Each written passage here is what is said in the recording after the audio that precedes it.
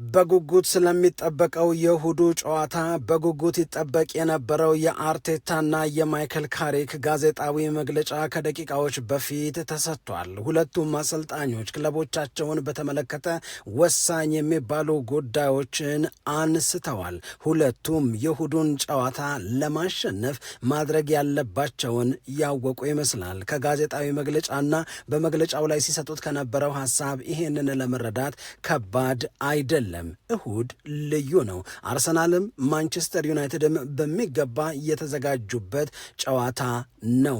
ለአርሰናል ምርጥ ሆኖለታል። ምክንያቱም ዛሬ በነበረው የቡድኑ የልምምድ ፕሮግራም ላይ ሂንካፔም ካላፊዮሪም ከቡድን ጓደኞቻቸው ጋር ልምምድ ሰርተዋል። አሁን አርሰናል ቤት ከጉዳት ጋር በተያያዘ አንድ ስም ብቻ ነው የሚነሳው፣ እሱም ታዳጊው ማክስ ዶማን። ሌሎቹ ተጫዋቾች በሙሉ በልምምድ መስራት እና በሙሉ ጤንነት ላይ ይገኛሉ። እንዲህ አይነቱ ቀን ናፍቆኝ ነበር ይላል አርቴታ። እሁድ ከማንቸስተር ዩናይትድ ስለሚገጥመው ፈተና እናም ከተጫዋቾቹ እናም ከሌሎች ጉዳዮች ጋር በተያያዘ በጋዜጣዊ መግለጫው ላይ አርቴታ ያነሳቸውን ሀሳቦች ትሰማላችሁ። ማይክል ካሪክ ከኮቢ ማይኖ ፍቅር የወደቀ ይመስላል። የ13 የ14 ዓመት ልጅ ጀምሮ ከሱ ጋር አብሬ ልምምድ ሰርቻለሁ የሚለው ማይክል ካሪክ ኮቢ ሜይኖ እንደ እሁዱ ባሉት ትልልቅ ጨዋታዎች ላይ መፍካት መድመቅና ማንቸስተር ዩናይትድን ማስከበር ያውቅበታል። ማንቸስተር ዩናይትድ እንደ ኮቢ ሜይኖ አይነት ተጫዋቾች በሚገባ ያስፈልጉታል የሚል ሐሳብን ሰንዝሯል። በሌላ በኩል ስለ ቤንጃሚን ሼሽኮ ስለ እሁዱ ጨዋታ የተደረገውን ዝግጅት እንደዚሁም ደግሞ ራሱ አርሰናልን በዚህ ወቅት መግጠም ለሱ የሚሰጠውን ስሜትና ትርጉም ተናግሯል። ካሪክ ያለው እሁድን በጉጉት እየጠበቅኩ ነው። ይህንን የዝግጅት ስሜት በጣም ብዙ የማንቸስተር ዩናይትድ ደጋፊዎችም ይወዱታል ተብሎ ይጠበቃል። በነገራችን ላይ ከአርሰናልና ከማንቸስተር ዩናይትድ በተጨማሪ የሌሎች ክለብ አሰልጣኞችም ጋዜጣዊ መግለጫ ሰጥተዋል። በሌሎች ፕሮግራሞቻችን ላይ የምናነሳው ይሆናል። ምክንያቱም ማን እንደ እሁድ ማን እንደ አርሰናልና ማንቸስተር ዩናይትድ እሁድ እንደሚያደርጉት ጨዋታ። ሰላም ጤና ይስጥልን፣ እንደምን አላችሁ የተከበራችሁና የተወደዳችሁ የሸገር ስፖርት ዊዝ አበበ ግደይ የዩቲዩብ ቻናል ቤተሰቦቻችን በያላችሁበት እጅግ በጣም አስደሳች ጊዜን እያሳለፋችሁ እንደሆነ ተስፋ እናደርጋለን።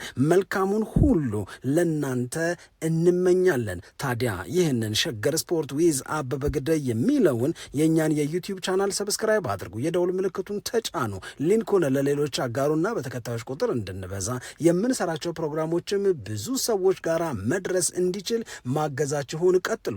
እስካሁን ላበረታችሁን አቅም፣ ጉልበት፣ ድጋፍ ለሰጣችሁን በሙሉ የላቀ ምስጋናችን ይድረሳችሁ እንላለን። ከልብም እናመሰግናለን። ዛሬ ከሰዓት በኋላ አሁን ሊመሻሽ ሲል በኢትዮጵያ ሰዓት አቆጣጠር ሁለቱም አሰልጣኞች በየፊናቸው ስለ እሁዱ በታላቅ ጉጉት ስለምንጠብቀው ጨዋታ መግለጫ እየሰጡ ነበር። አርሰናል ባለሜዳ ነውና እንዲሁም የደረጃ ሰንጠረዡን በአንደኝነት እየመራ በዘንድሮ የውድድር ዓመት የፕሪሚየር ሊጉን ዋንጫ እንዲያሸንፍ የሚጠበቅ ብዙዎችም ይገባዋል የሚሉት ቡድን ነውና የመድፈኞቹ አሰልጣኝ አርቴታ በጋዜጣዊ መግለጫ ላይ ያነሳቸውን ሐሳቦች በመንገር እንጀምራለን። የመጀመሪያው በጣም አስደሳቹ እና በጎው ነገር አርሰናል በዘንድሮ የውድድር ዓመት እናም ባለፈውም የውድድር ዓመት በጣም በተደጋጋሚ የተጫዋቾች ጉዳት ያጋጥመዋል። በዘንድሮ የውድድር ዓመት በጨዋታ ወቅት እንደዚሁም ለጨዋታ በሚደረግ የመጨረሻ ዝግጅት ወቅት ተጫዋቾች እየተጎዱ ከሜዳ የሚርቁበት አጋጣሚ በድግግሞሽ እየተከሰተ ነው ለአርሰናል። ስለዚህ እንዲህ ያለው የጉዳት ዜና መደራረብ ሳይገታው እንደነዚህ ያሉ የጉዳት አጋጣሚዎች ወደኋላ ሳይጎትተው አርሰናል እስካሁን ድረስ የደረጃ ሰንጠረዡን መምራት ከሁሉም የፕሪሚየር ሊግ ክለቦች በተለየና በበለጠ መጠን ኮንሲስታንት ሆኖ መዝለቁ የቡድኑን ጥንካሬ የስኳዱን መስፋትና በስኳድ ስብስብ ውስጥ ያሉት ተጫዋቾች ጠንካራ መሆናቸውን ያሳያል። ይሄ ብዙ የእግር ኳስ ተንታኝ ባለሙያዎች የሚስማሙበት ሐሳብም እውነትም ነው። አሁንም ከነገ ወዲያ በሚደረገው ጨዋታ ዙሪያ ከአርሰናል ጋር በተያዘ በጉዳት ዝርዝር ውስጥ የሚገኙት እንደነ ካላፊዮሪ እንደነ ሂንካፔ አይነት ተጫዋቾች አይኖሩ ይሆን የሚል ስሜት የነበራቸው የአርሰናል ደጋፊዎች በቁጥር በጣም ብዙ ናቸው። ነገር ግን ዛሬ አርሰናል ልምምዱን ሲሰራ ሂንካፔም ነበረ፣ ካላፊዮሪም ነበረ። ስለዚህ የአርሰናል ባክፎር እነዚህ ተጫዋቾች ወደ ልምምድ መምጣታቸው አንድ ነገር ሆኖ ለእሁዱ ጨዋታ ዝግጁ የሚሆኑ ከሆነ በጣም አሪፍ ነገር ነው የሚሆነው። ለእሁዱ እንኳን ጨዋታ የማይሆንም ቢሆን ምናልባት በቀሪዎቹ የውድድር ዓመቱ ሂደቶች በቻምፒዮንስ ሊግ፣ በካራባኦ ካፕ እንደዚሁም ደግሞ በኤፍኤ ካፕ የሚያደርጋቸውን ጨዋታዎች በተሻለ መጠን ለማከናወን በተሻለ ውጤታማነት በተሻለ ጥንካሬ መፈጸም እንዲችል የጉዳት አልባነት ለአርሰናል ምርጥ ወሬ ነው። ምንም ጥርጥር የለውም። አሁን ካላፊዮሪ ለእሁዱ ጨዋታ ይደርሳል ወይ? ሂንካፔን መጠቀም ይችላል ወይ? ለጌም ፊትነስ ሌቭላቸው ጥሩ ነው ወይ? እዛን በተመለከተ ጋዜጠኞቹ ጠይቀውት ነበር። እስኪ ቲም ኒውስ ንገረን ብለውት ነበር።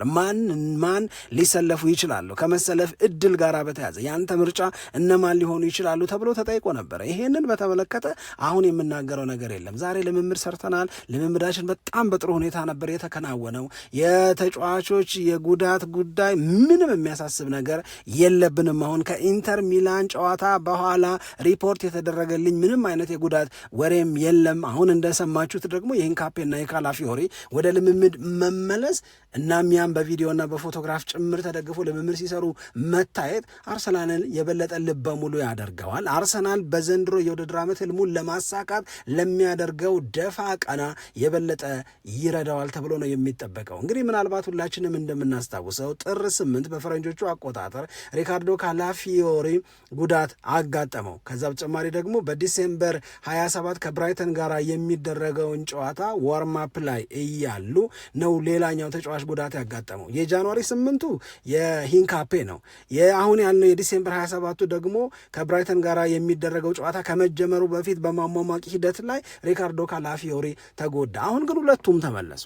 ስለዚህ አርሰናል በመከላከል ጥንካሬው የሚታወቅ ቡድን ነው፣ ምንም ጥያቄ የለውም። ለዚህ ሁሉም የሚሰጠው ምስክርነት ነው። ስለዚህ አሁን የጋብርኤል ማጋሌሽ፣ ዊሊያም ሳሊባ፣ ጁሪያን ቲምበር እናም እነ ሞስኩዌራ አሁን ደግሞ እነዚህ ሁለት ተጫዋቾች ከተመለሱ በወሳኝ ምዕራፍ ላይ የተከሰተ መሟላት ነው፣ አለመጉደል ነው። ይሄ በጣም አሪፍ ነገር ነው። አርቴታንም እጅግ በጣም አስደስቶታል። በሌላ በኩል መጠነኛ የማገርሸት ስሜት ተሰምቶታል የተባለው ካይ ሃቨርትስም ዛሬ ልምምድ ሰርቷል። ለዚህ ነው ቅድም አሁን ማክስ ዶማንን ብቻ ነው ከአርሰናል ተጫዋቾች በመጎዳት ጉዳይ ስሙን የምናነሳው እንጂ ሌሎቹ ተጫዋቾች በሙሉ በጣም የተሟላ ጤንነት ላይ ናቸው ያሉት። ስለዚህ ካይ ሃቨርትስ ልምምድ እየሰራ ነው ከነ ጋብርኤል ሄሱስ ከነ ቪክቶር ዮኬሬሽ ጋራ ለመሰለፍ መፎካከር የሚችልበት ደረጃ ላይ እየመጣ ነው። ልምምዱን ወድጄለታለሁ ብሏል አርቴታ ዛሬ በነበረው ጋዜጣዊ መግለጫ ላይ። ስለዚህ ለአርሰናል ምርጥ ሆነለት ከሚያስብሉት ነገሮች መካከል አንደኛው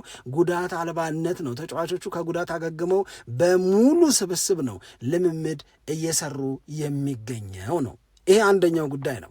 ሁለተኛው እኛም ቀደም ብሎ ስንነጋገርበት በነበረው ጉዳይ ላይ በእሁዱ ጨዋታ ማንን የመጀመሪያ ተሰላፊ ታደርጋለህ ከፊት መስመር አማራጮች ተብሎ የቀረበለት ጥያቄ ነው። ካይ ሃቨርትስ እየተለማመደ ነው። ጋብርኤል ሄሱስ ዝግጁ ነው።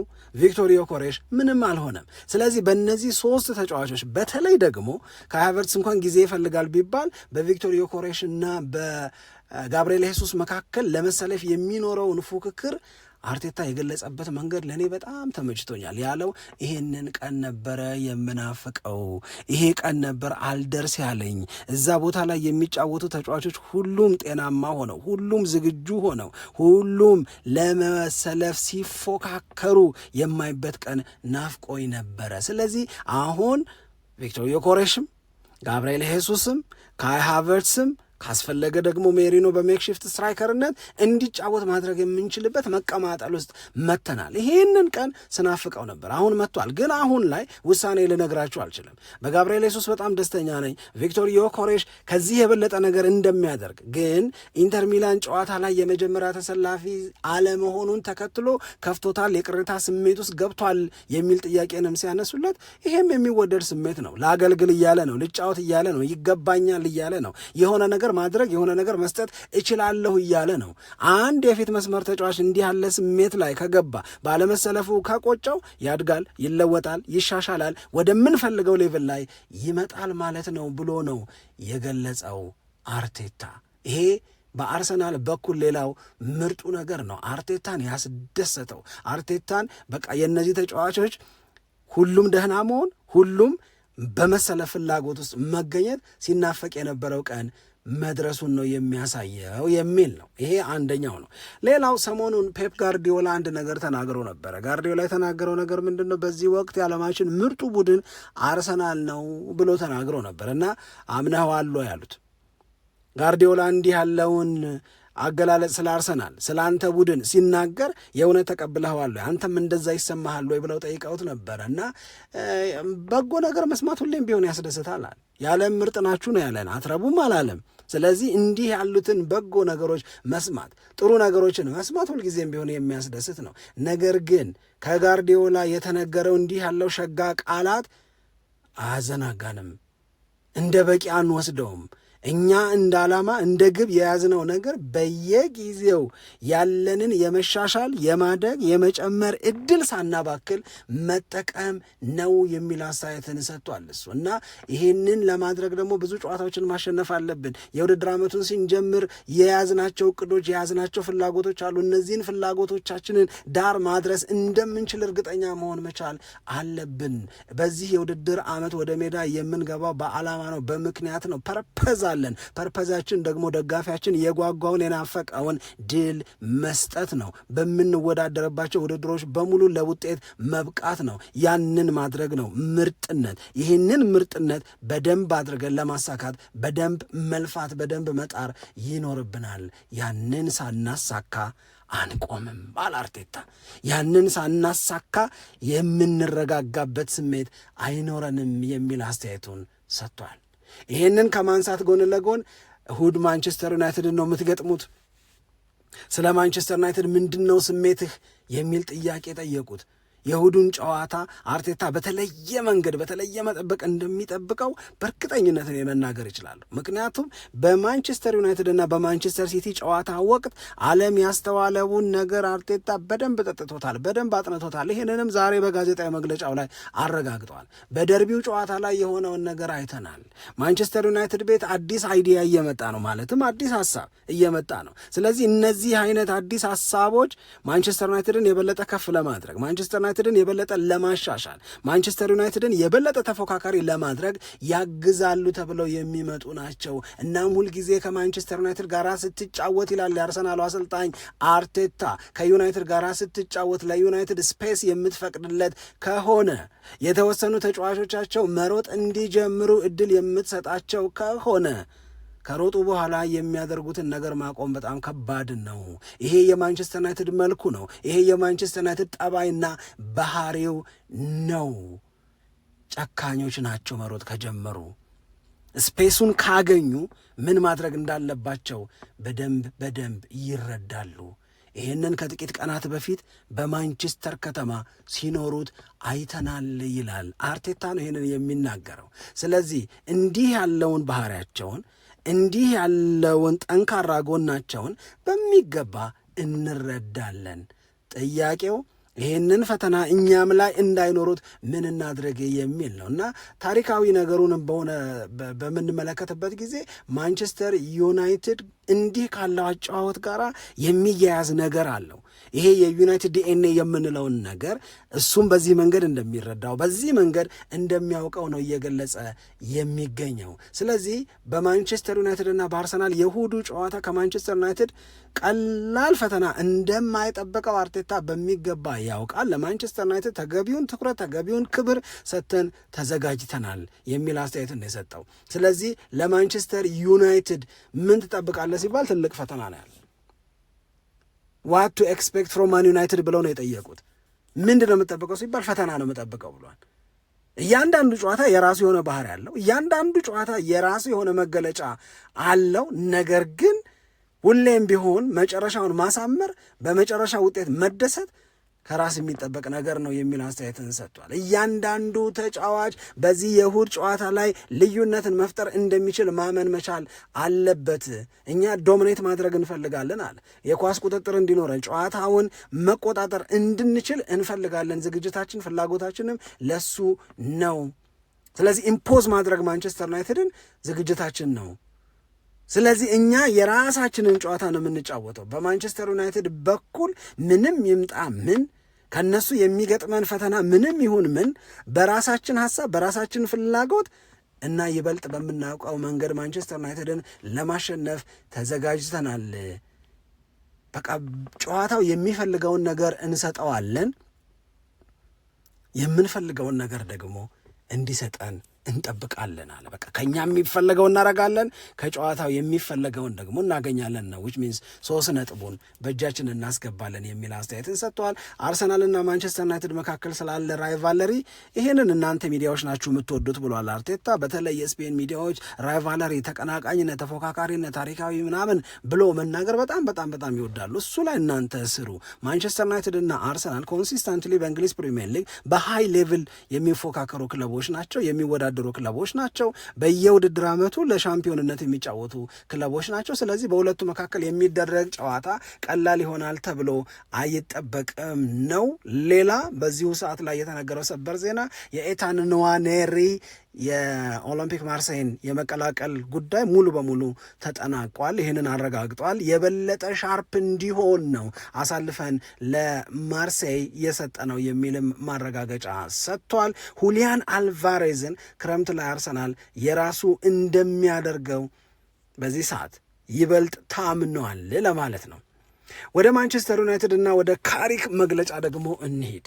ማንቸስተር ዩናይትድ ቤት የእውነት ለመናገር በጋዜጣዊ መግለጫው ላይ ማይክል ካሪክ ካነሳቸው ነገሮች የተረዳሁት እኔ የገባኝ ነገር ማንቸስተር ዩናይትድ ቤት ለእሁዱ ጨዋታ ጉጉት መኖሩን፣ የሆነ ነገር አድርጎ የመታየት ጉጉት፣ እንደገና ጥሩ ተጫውቶ እንደገና ጥሩ ውጤት አምጥቶ የማንቸስተር ዩናይትድን ክብር ማስመለስ መጀመር የፈጠረው ጉጉት፣ እንዲህ ያለ ስሜት ነው እኔ በካሪክ መግለጫ ላይ ያስተዋልኩት ወይም ያየሁት።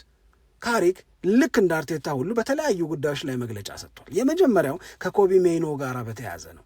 ኮቢ ሜይኖ እንደ አርሰናል ጋር ካሉ ክለቦች ጋር በሚደረግ ትልቅ ጨዋታ ሁሌም ትልቅ ተጽዕኖ መፍጠር የሚችል ነው። ይሄ ደግሞ የአንድ ተጫዋች ጉብዝና አድርገን ልንወስደው ይገባል፣ የእሱን ኳሊቲ ነው የሚያሳየው የሚል አስተያየቱን ሰጥቷል። እንግዲህ የማንቸስተር ዩናይትድ አሰልጣኝ ማይክል ካሪክ ይህንን አማካይ ተጫዋች ኮቢ ሜይኖን በሚገባ በማሞካሸት በደንብ አድርጎ ነው ለጋዜጠኞቹ ሲያብራራላቸው ሲገልጽላቸው የነበረው። ከማንቸስተር ሲቲ ጋር በተደረገው ጨዋታ ኮቢ ሜይኖ ምን ያህል እንዳስደሰተኝ ብታውቁ እያለ ይገልጸዋል፣ ያብራራዋል። ልጁ 20 ዓመቱ ነው። በማንቸስተር ዩናይትድ በዘንድሮ የውድድር ዓመት ከታገሉ ከተከፉ ተጫዋቾች መካከል አንዱ ነው። ነገር ግን እድል የሚሰጥ አብሮ የሚሰራ የሚያነቃቃ አሰልጣኝ ሲመጣ ራሱን የገለጠበት ፍጥነት፣ ራሱን የገለጠበት መንገድ ማንቸስተር ዩናይትድ እንደ ኮቢ ሜይኖ ባሉ ተጫዋቾች ላይ ምን ያህል እየተማመነ መቀጠል እንደሚችል በትክክል ያሳያል አለ።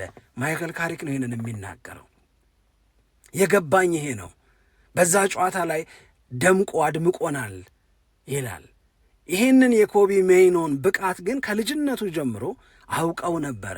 ካልተሳሳትኩ እሱ የ13 ዓመት ልጅ እያለ እኔ ደግሞ የአሰልጣኝነት ባጄን እየሰራው ከኮቢ ሜይኖ ጋር በተደጋጋሚ የመገናኘት ከእሱ ጋር አብሮ የመስራት እሱን ማዘጋጀት ስራ ላይ ነበርኩበት አለ። ያ ጊዜ ስለዚህ ልጅ የነገረኝ ነገር እስካሁን ድረስ በእሱ ዙሪያ ያለኝን አቋም ያለኝን ስሜት እንዳልቀይር አድርጎኛል ይላል። ኮቢ ሜይኖ ያድጋል።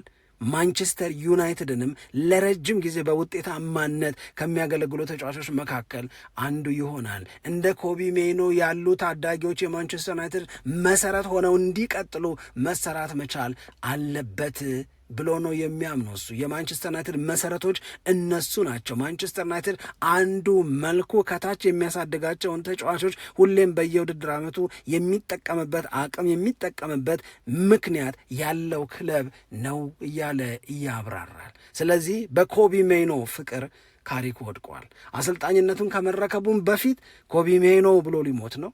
አሁንም ደግሞ በኮቢ ሜኖ የበለጠ ልበ ሙሉ ሆኗል። ትልቅ ጨዋታ ትልቅ ያደርገዋል ኮቢ ሜኖን ብሎ ነው የሚያምነው እና እሁድም ከሱ ብዙ ነገሮችን እንድንጠብቅ አድርጓል። ከዛ በተጨማሪ አሁንም በማንቸስተር ዩናይትድ አሰልጣኝ ካሪክ የተገለጸው ሌላኛው ነገር ወይም ትኩረት የተሰጠው ነገር የማንቸስተር ዩናይትድ እና የማንቸስተር ሲቲ ያለፈው ቅዳሜ ጨዋታ ማንቸስተር ዩናይትድ ቤት ውስጥ በከፍተኛ ደረጃ በራስ የመተማመንን ስሜት አምጥቷል ነው። ካሪክ እንዲህ አለ፣ ዩናይትድ ኮንፊደንት አፍተር ደርቢ ዊን አሄድ ኦፍ አርሰናል ትሪፕ። ወደ አርሰናል ሜዳ ሄደን እሁድ ከመጫወታችን በፊት በማንቸስተር ደርቢ ማንቸስተር ሲቲን ያሸነፍንበት ውጤት፣ ያሸነፍንበት መንገድ፣ ያሳየነው እንቅስቃሴ በራስ የመተማመናችንን ስሜት ከፍ ወዳለ ደረጃ ወስዶታል፣ አሳድጎታል አለ። ስለዚህ እሁድ አርሰናል ሜዳ ሄደን በምናደርገው ጨዋታ ልበ ሙሉ ሆነን ወደ ሜዳ የምንገባው የሚል አስተያየትን ሰጥቷል። ከዛ ስለ ሼሽኮ ጠየቁት። ሼሽኮ እኮ አንተ ከመምጣት በፊት አሪፍ እየሆነ ነበረ፣ ሼሽኮ እኮ እየተስተካከለ ነበረ፣ ምን አስተዋልክ ስለሱ? ምንድን ነው ቅድህ ስለሱ ብለው ጠየቁት።